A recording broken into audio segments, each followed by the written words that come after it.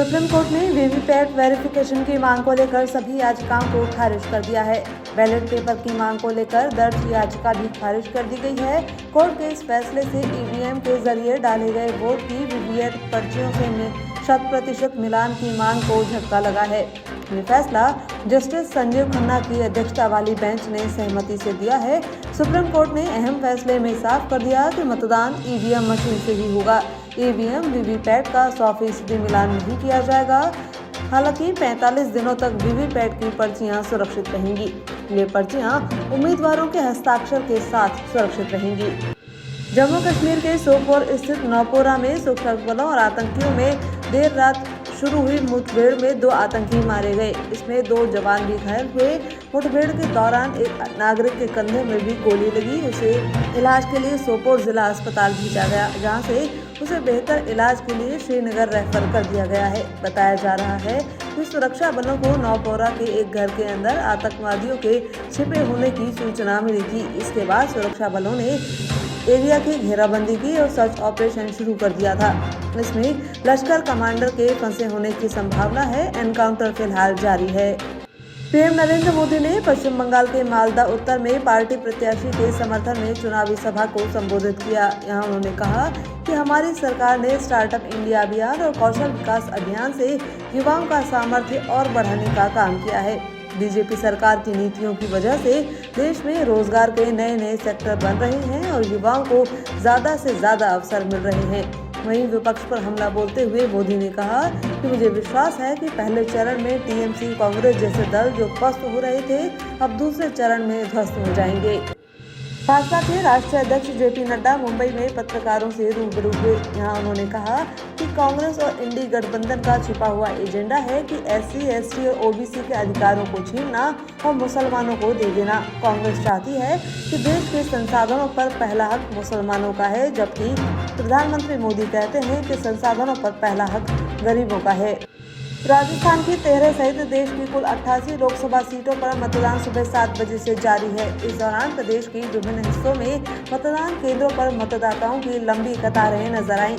सरहदी जिले जैसलमेर में भी लोकसभा चुनाव के तहत वोटिंग शांतिपूर्ण तरीके से जारी है। मतदान बूथों पर सुरक्षा के कड़े प्रबंध किए गए हैं। मतदान को लेकर नव मतदाताओं में विशेष उत्साह नजर आ रहा है। वहीं लोगों को वोटिंग के लिए प्रोत्साहित करने के लिए फर्स्ट टाइम वोटर्स को चुनाव आयोग की ओर से प्रमाण पत्र देकर भी सम्मानित किया जा रहा है। लोकसभा चुनाव के पहले चरण में भले ही राजस्थान में कम मतदान हुआ हो, लेकिन इसके बाद चुनाव आयोग और विभिन्न राजनीतिक दलों की अपील के बाद लोगों में वोटिंग को लेकर उत्साह नजर आया। वहीं चित्तौड़गढ़ संसदीय सीट पर हो रहे मतदान को लेकर उदयपुर की देवारी पंचायत में एक दूल्हा बारात चढ़ाने से पहले पूरी बारात ढोल नगाड़ों के साथ लेकर मतदान करने पहुंचा। वहीं पाली के सुमेरपुर में भी दूल्हा राजकीय उच्च माध्यमिक विद्यालय स्थित मतदान केंद्र में पहुंचा और अपना वोट डालकर बारात लेकर आगे बढ़ा।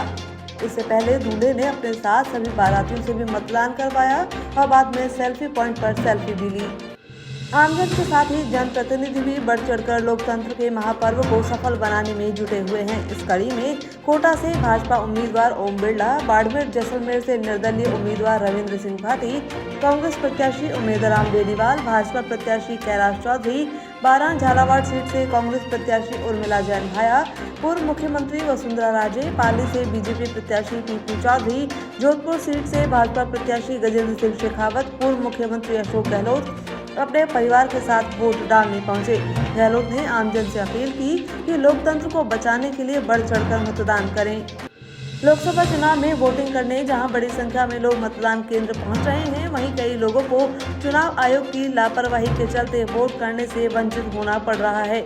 ऐसा ही एक मामला टोंक जिले की पीपलू ग्राम पंचायत में सामने आया है। यहाँ के प्रदोष नगर निवासी रामफूल गुर्जर को जीवित होने के बावजूद मृत बताकर चुनाव आयोग ने वोटर लिस्ट से उनका नाम हटा दिया। रामफूल गुर्जर सुबह 9:30 बजे बूथ संख्या 57 पर मतदान करने पहुंचे तो मृत बताकर नाम डिलीट होने से मतदान के अधिकार से वंचित हो रह जाना पड़ा। उधर प्रदेश के कुछ हिस्सों में जहां मतदाताओं में वोटिंग को लेकर रुझान कम नजर आया, वहीं कुछ जगह अपनी स्थानीय मांगों को लेकर लोगों ने वोटिंग का बहिष्कार करने का भी ऐलान किया है।